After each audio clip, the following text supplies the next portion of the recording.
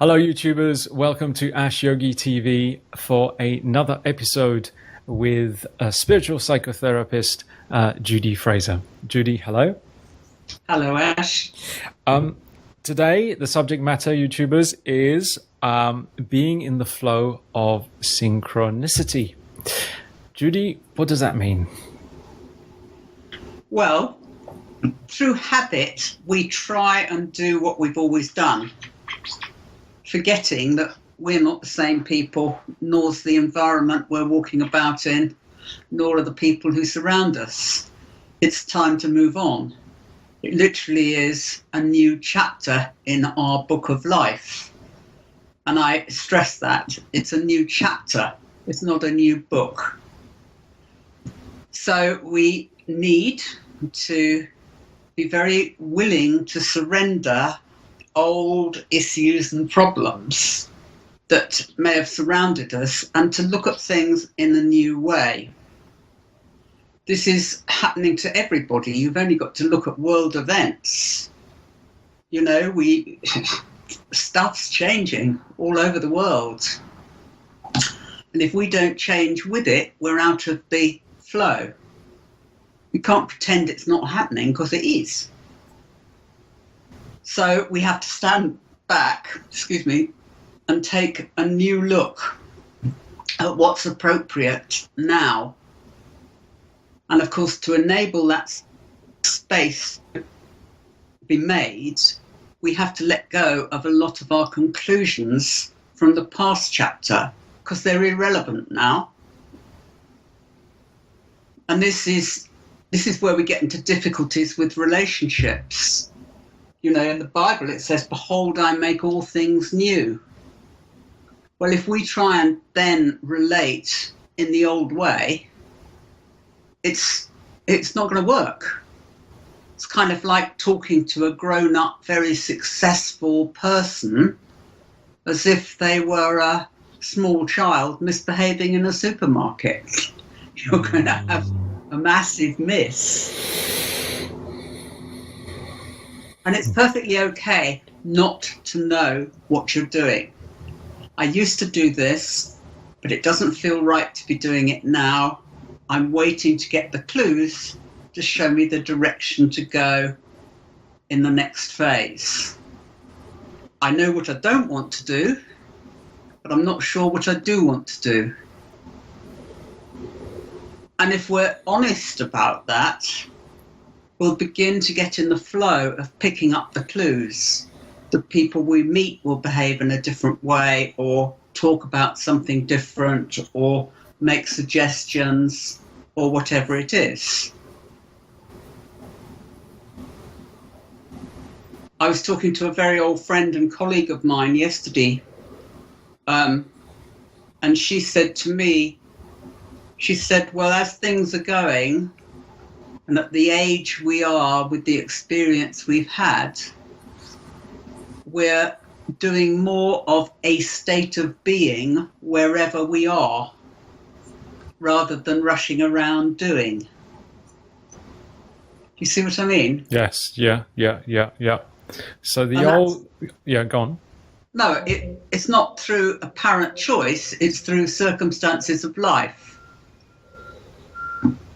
Yes, yeah. I mean, my understanding of that and through my own experience is that once upon a time, the hit list, the goal setting, the ticking it off as we go along, and that used to work. That used to be so there. And if you did that work and you followed that procedure, you'd get a certain result. And although some people are still doing that, for me personally, I've been going through a long process of realizing that does not work for me anymore. In fact, it just sets me up for more and more letting go, not working, it going sideways, a complete different direction. And for me, it has been almost falling back and going, okay, I wait to see where I'm guided to go now. That does tend to clash with other people, though, in my friendships or relationships who are still working with the old paradigm, maybe, of goal setting. You have a set plan and you follow that target, and you don't divert from that course of action to get a certain result. And but I've certainly realized for me that's softened that need to do that. And it's interesting because we go around circuits. I mean, you know that give me a child till they're 7 and they're mine for life. So you're setting an initial physical pattern of living.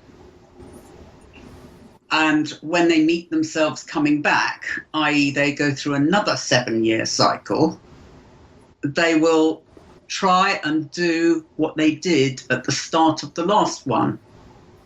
Well, what you do at 7 doesn't really fit with what you do at 14. So you have to move it on to a new turn of the spiral. Now, the emotional cycles are 8 years.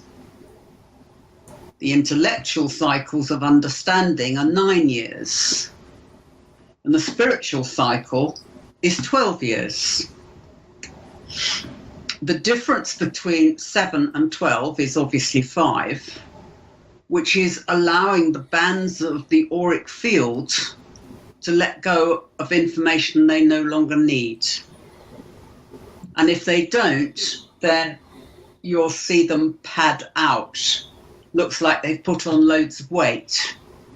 They haven't, they're just expanding their field to enable a release to take place. So it's a fairly long process and you have to be quite patient.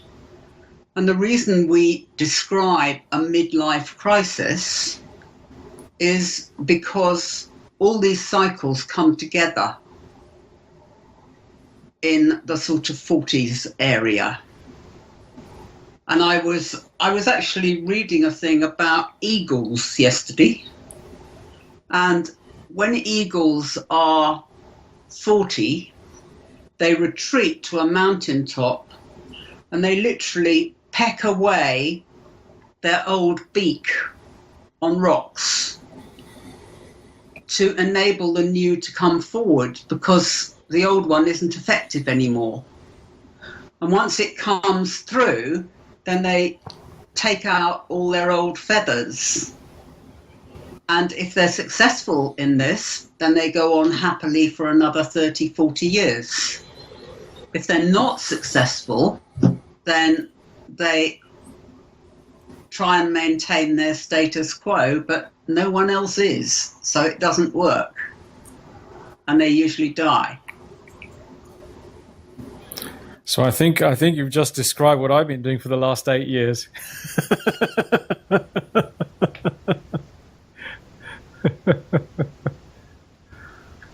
I didn't hear that, Ash. I lost your sound. So I think you just described what I've been doing for the last 8 years.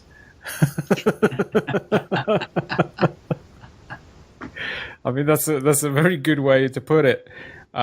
In one way, it seemed like, oh my God, have I failed in some way? Why is this happening? It's not as if there haven't been good moments and moments of exhilaration and moments of expansion. That yes, there's been all of that and great times too. But there's been a deep letting go as well, and restructuring, re-questioning, looking again, and sometimes looking back and go, oh my God, that doesn't work. How did I do that? But it did work back then, but it doesn't work now. Absolutely doesn't work now. So we're looking for new solutions. Yeah. And we're picking up clues. Now, we can't do that stuck on a mountaintop. You know, when we go into retreats and do things like that, we're raising our standard. When that standard has been established, whether we understand it or not, we find our life administration through living. So if we're not living, or we're only mixing with a very tight cliche, we can't find it. Okay. We need to be out and about and aware. Right. Out and about and aware. Say sort of being a real royal pain.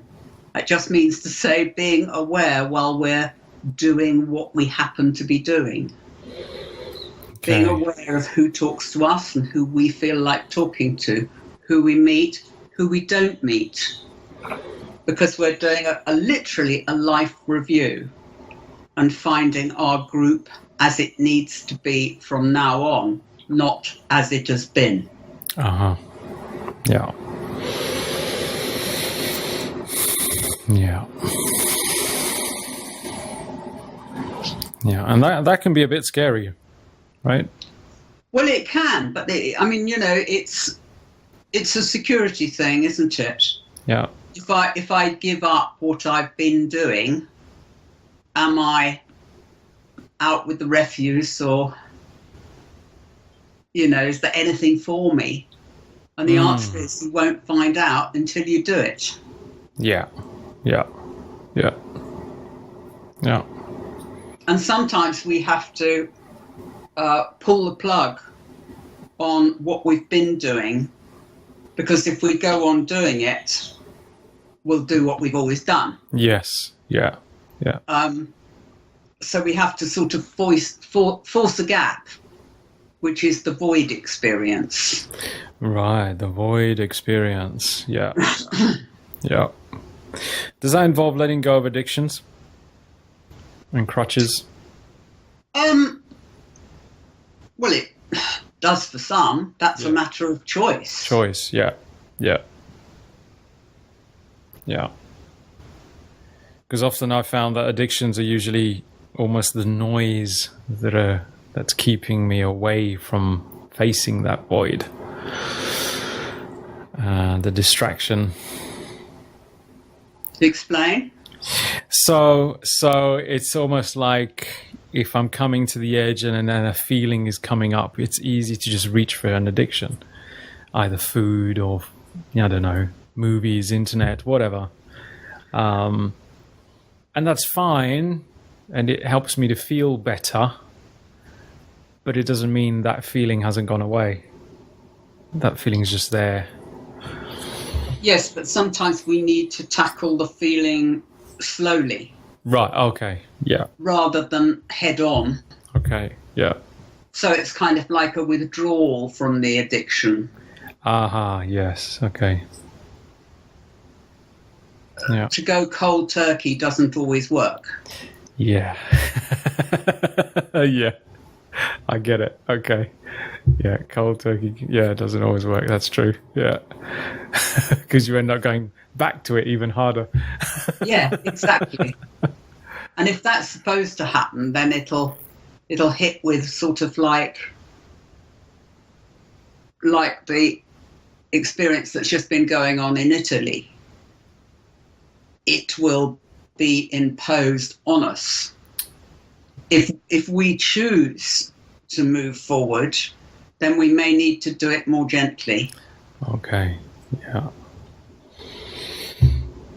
So developing compassion. Also happens to the people around us. Yeah. They're hardly likely to be convinced we've changed just because we say we have. It's like, don't tell me, show me. Yeah. So it's developing a bit of compassion for ourselves in the process as well, then, not being too hard on ourselves. No, we're fairly horrible to ourselves. Yeah. We don't always assess ourselves by the same standards that we would assess others. That's why we need really good mentors. Aha, mentors, right. Not ones that'll tell us what we want to hear. Yeah. Ones that will tell us what we need to hear, or we can say to them without feeling over vulnerable, what do you think about this? Do you think I'm handling it in the right way? Because you need a sounding board. Okay, yeah. It's no good having a sounding board from someone who hasn't had the experience. They may present it in a different way, but you need to be able to trust them with your truth, not with what you think they ought to hear. Yes. Yeah. Yeah. Yeah. Yeah. Yeah. Yeah. Yeah. Yeah. Yeah. And that's the thing, isn't it? Presenting your truth rather than what they want to hear in order to be part of the club or something. Exactly that. Exactly that. Yeah. And it's fine to disagree. Yeah. You know, if you have a peer group of colleagues built up over years and years and years where you've all got into lots of mischief but got out of it again, then they're very comforting people to have around. I had a case the other day which really floored me. And I actually asked a friend and colleague who I happened to know this guy had consulted once and said, I think this. What do you think? And he said, I think you're absolutely right. Well, you know, that's good because you can too easily misguide yourself by either thinking you're more great than you are or more instrumental than you are or whatever. So you need a sounding board at those times. And the bigger the group you're dealing with, the more you need it. Right. Yeah. Yeah. So how would one go about finding a good mentor? Well, you know the saying, when the student is ready, the teacher appears. Yeah. Yeah. When the service is good enough, the mentor group appears. Aha. Yeah. Until that time, it often doesn't. Right. Okay. Yeah. Yeah. You know, while you're full of your own hot air, Yeah. you'll be left to blow it by yourself. Yeah. When you're really in service to something greater, then you will find someone will appear when the need is there. Yeah. But we'll have to ask for it. We won't just be presented it. Yeah. Yeah. Yeah. Yeah. So that's the thing, being in service to something greater. But you know, how can I put that? That's almost not, is that the average person? It's any person who is trying to go beyond the limits that they did before. Right. My daughter has a wonderful expression called weeding her friends. She lives an incredibly busy life. She's got a very, very high-powered job. Yeah. 2 kids and a husband. And she's overstretched at the best of times. So periodically she says, right, well, I can only hang out with people whose lives are relevant to my experience now. Doesn't mean to say I don't honour and value the others, but I just can't fit it in the time. And we all need to do that, especially at the moment, actually. Right. What is possible and what isn't possible. So in some ways it's going beyond our limitations, and in other ways it's working within them. Yeah. It's prioritizing what's really important. Then. Yeah. And what's happening around us. Yeah. And looking to see what a friend of mine rang me yesterday from an airport departure lounge. And I said to him, so glad it's you, not me, mate. I so don't like that now. Now, there was one time I used to run around the world dealing with it without even thinking about it. Now, if someone says, will you fly to somewhere? I think, oh, it's a bit of an effort. Yeah. Well, yeah, I mean, you know, and things are changing now with the internet and you know, for good reason. it is becoming where you can stay where you are and contact a greater audience through this way. Yeah. I mean, it reminds me of retreats and something that came up. We talk about synchronicity because I've been looking at finances and looking at, well, it's about time to maybe find a way to fund all of this. But someone else who's already done it quite successfully has appeared, but they want a lot of money in exchange for their services. So I've been struggling with that, which bit is just flannel and which bit is it worth paying that vast amount of money to hire this person. And then I was listening to another guy where he said what he would do most of it is free. And then at the very end, he would do a very expensive course. But even to get on that expensive course, if you had to use your credit card to pay for it, he wouldn't take you. Because what he was saying, if it caused you any stress to pay for this, you're not meant to be on this course, because I'm not here to cause more stress. And this course is not going to now suddenly save your life.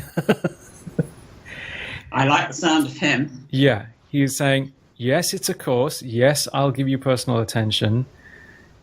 But this is not, I don't want to put pressure on you that way, because you could use that money to in your life in a better way. And I thought, wow, that is the one guy finally who's naming it that way.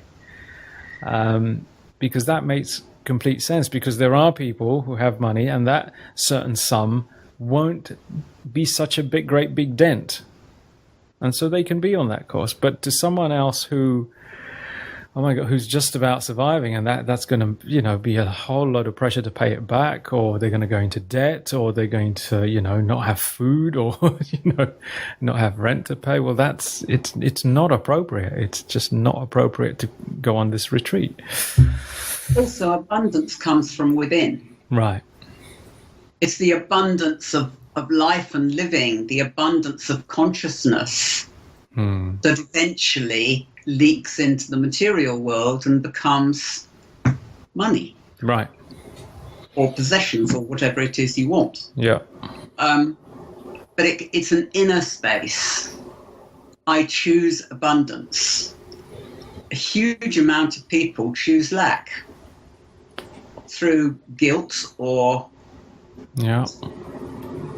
not like the thing that someone else doesn't have because I don't trust myself to share it well. Whatever is their particular hang-up, that's why they don't live in abundance. Okay. You have to trust yourself to be responsible, i.e. to share what you can, and not to go raving mad yourself. Yeah. If there's only one or two of you there, you really don't need a massive, great mansion. Yeah. Yeah. Yeah. You need a modest terraced house or whatever. So can you trust yourself to cut your cloth according to your circumstances? And then whatever's over, to share it with people who have need of it. Yeah.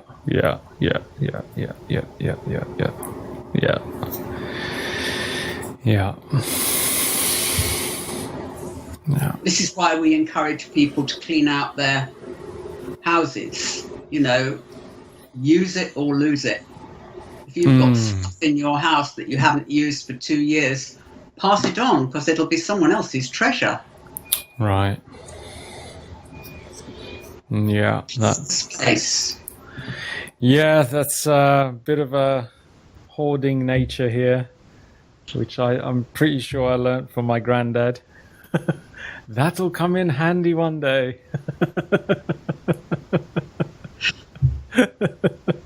Maybe or maybe not. Yeah, maybe or maybe not. Exactly. Yeah. Yeah. So, but I've got much better.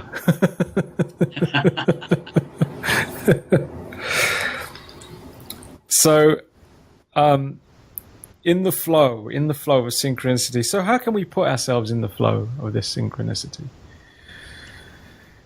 Mainly by letting go of our conclusions of the past. Okay. Forgiving ourselves, forgiving other people, and re-relating from where we are now, rather than where we once were or might like to have been. And then do the day. It's such a relief just to sometimes just appreciate where you're at and just appreciate what you're eating and the company you have, and to just feeling good in your body without worrying about, oh, I haven't made it.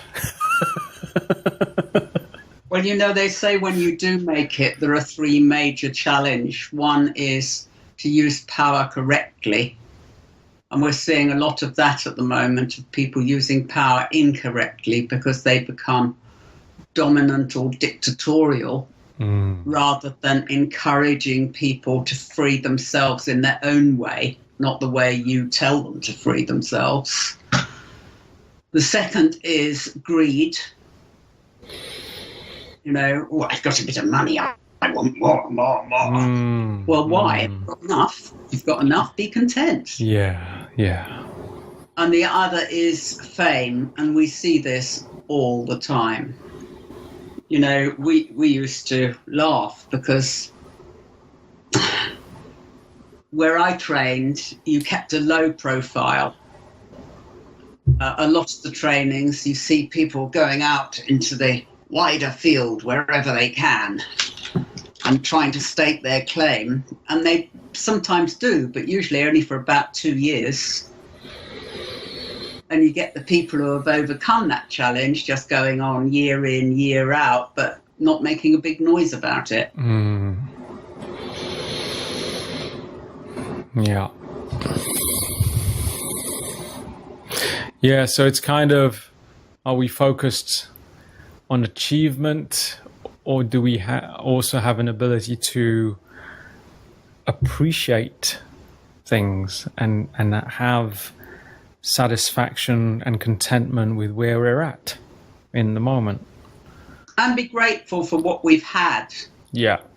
I'm grateful now to wander upstairs to the office and talk to you in a very easy way. But would I have been if I hadn't travelled as widely earlier in life? I don't know. Yeah.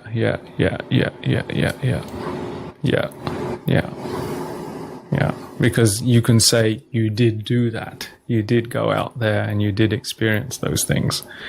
Yeah. But it doesn't have to be forever. No, well, life will stop it at a certain point. Yeah. Something will happen and it won't be so much of an option as it used to be. You can either then sit and cry in your cup of tea, or you can say, oh, well, I'm glad I did it, and now I'll look in a different direction. We're quite lazy. We like to do what we've always done. So when what we've always done stops, and we have to look for a new stream to paddle down, we're kind of reluctant. But we need to, because everything's moved on. We've moved on, life's moved on, everything's moved on. So what we once did was appropriate then, but it's appropriate now. And unless we have the courage and the willingness to move with it, we are out of sync with life. And if we're out of sync with life, we will be uncomfortable. Out of sync with life. I like that. Yeah. That sounds true to me. We can be out of sync with life. We can be out of sync with nature. We can be out of sync with our own nature. Absolutely. What's good for Absolutely. us. Yeah. So we push ourselves, but it's knowing then when to come back. So we can stretch to find out, but it's also good to come and find our own rhythm, maybe. We have to, because all rhythms are revising. Yeah. So adaptability is very important. I don't know about you, but here we had the most fearsome storm yesterday. Right. With straight down rain, thunder and lightning all at once. Right. Well, today is beautiful. Mm. Well, to have tried to mow the grass yesterday perhaps wouldn't have been a good idea. Unless you wanted to be hit by lightning, of course. Yeah. Exactly. Yeah. So going with the flow involves doing what's possible when it's possible. Yeah. So the readjustment of that, so readjusting from a life where we have just been go a bit faster, go faster than what we were used to. But if we kind of look around, we're kind of realizing, well, that's not quite healthy. Even if it did work, even if we did get, I don't know, the car, the flat, the job, the position, the clothing, the food, whatever it is, somehow it now for me, I can see we're feeling the detriment, the price tag that came at. So, but still, even if we know that now we should slow down or find our own rhythm, that can be quite a challenge to readjust, can't it? Absolutely. Yeah. Absolutely. Two things come to mind. My old teacher used to say, slow down to speed up. And it really used to annoy me because I thought, what are you talking about? Yeah. Until I met someone who was suddenly paralyzed through a road traffic accident. Lovely man, who had a background in the priesthood. And his wife used to park him in the garden so that she could vacuum the house. And of course, to begin with, it used to irritate him like mad. But he said he learned so much sitting there looking at that little patch of grass. Wow. You know, don't fight it, go with it. As I go with it and see the value and the humor in it, then I'll be able to adapt enough to move forward again. And he so did. Yeah.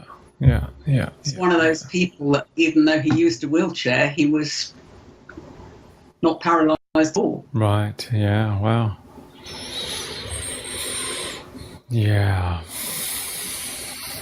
And appreciating, you know, like synchronicity, but like sometimes I'm just looking around and I'm going, wow, aren't I lucky? Everything has conspired so I can just sit here right now. Yeah. You know, because I can have this time. Yeah. That striving, it paralyzes the minds and the body. And at a certain point, you have to have a cut-off point and think, oh, I think I'll watch a documentary on dolphins. You know? Yeah. And take the pressure off. Yeah.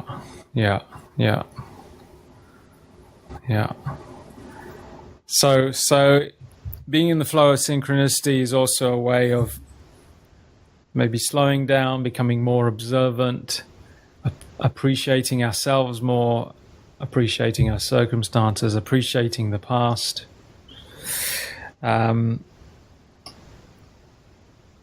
is it about looking at events and saying, oh, that's a message, or Is it something like that? I think you know when something is for you. Yeah. Waiting for it can sometimes become a bit tedious. Patience. Oh, yes, patience. All these character qualities, patience, good humour. Oh, yes, the patience bits. I've struggled a bit with that. Tolerance. Yeah. Compassion. Yes, yeah. Tolerance. Not barging through a door because you think someone's got there before you. Well, yeah. I mean, I used to have a bit of that. I mean, I spent some time in America and worked with some guys who were very gung-ho and let's break the doors down, and we never ended something until we heard the other person say yes. So in another way, it was quite pushy and not quite bully boyish, but we wanted it to get our way. So yeah, using that with in other environments, say the more hippified environments, that goes down like a lead brick. So yeah, I've certainly bumped into a few of those situations. But it's at the same time, it's that balance, isn't it? It's the balance between doing lots and lots and lots and not doing at all. And that I struggle with that question as well, is how much do you do which is just that right kind of medium? Well, you do what's possible. Yeah.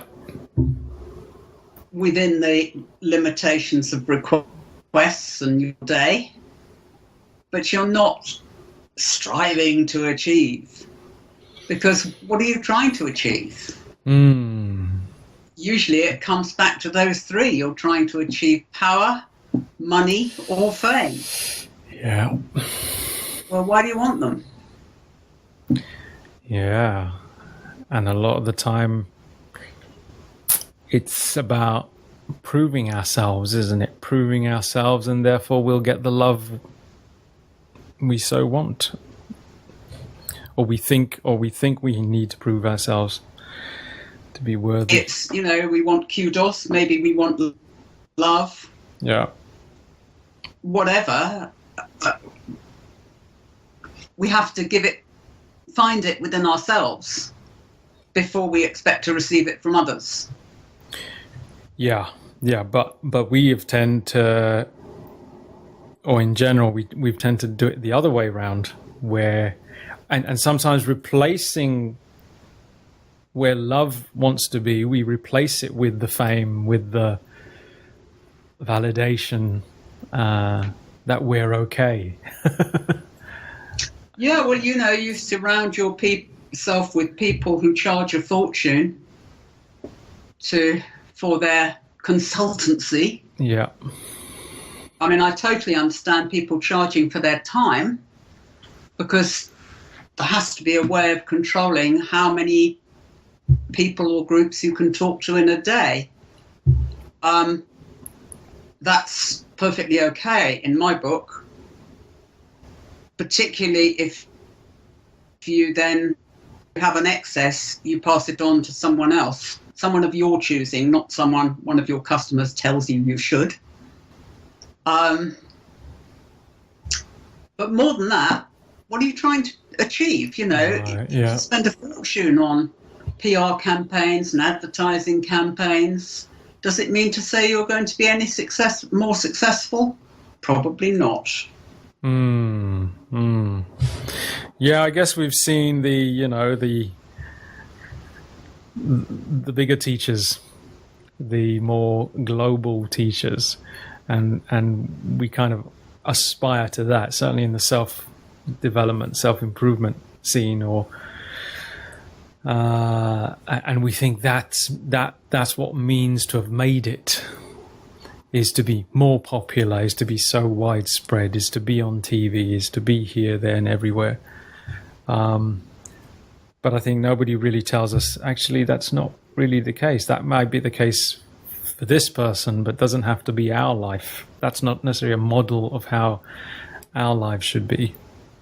And no one talks about the problems that come with it. Yeah. because you're just exchanging one set of problems for another set of problems. Right. When you have to have minders and security guards and escorts and all sorts. Yeah. Yeah. Yeah. And you know, at the same time, no matter how much these guys can be popular, I still have to walk down my street. And those guys aren't there. It doesn't matter how big they are, what they've done, how many even people they've fed. I'm the guy who walks down my street, and I deal with the guy who's a bit nasty. I deal with the guy who's a bit nice. So that becomes my sphere of responsibility. So how I react, how I engage, what vibes I'm letting. So it really doesn't matter even. You know, my focus is here. My sphere is here. My old teacher used to tell a lovely story that when he was a younger man, he decided to go and look for this particular teacher, and he went to the other side of the world and, you know, got dysentery and scurvy and starved and had his backpack stolen and all the rest of it. Came back a year later to find out that the teacher he'd gone to see was staying with friends of his parents in the next street in a little seaside town in Sussex. Right. Yeah, as simple as that. And that would be synchronicity, right? Yeah. Yeah. Well, we're on the 40-minute mark. I think we've given the viewers quite a lot to digest yet again. YouTubers, thank you for your attention. We'd love to hear your thoughts, your views, and your feedback. So please do get in touch with us. If you'd like to get in touch with Judy Fraser, go to judyfraser.com, where you'll be able to find out more about her work and the books and manuals she's published. And if you'd like to know more about Ash Yogi TV or get involved in some way, go to Ash Yogi TV on YouTube or contact me on Facebook, Ash Yogi. Once again, thank you for your attention. Judy, thank you for another great session. Thank you for asking me back, Ash. Thank you. Bye-bye.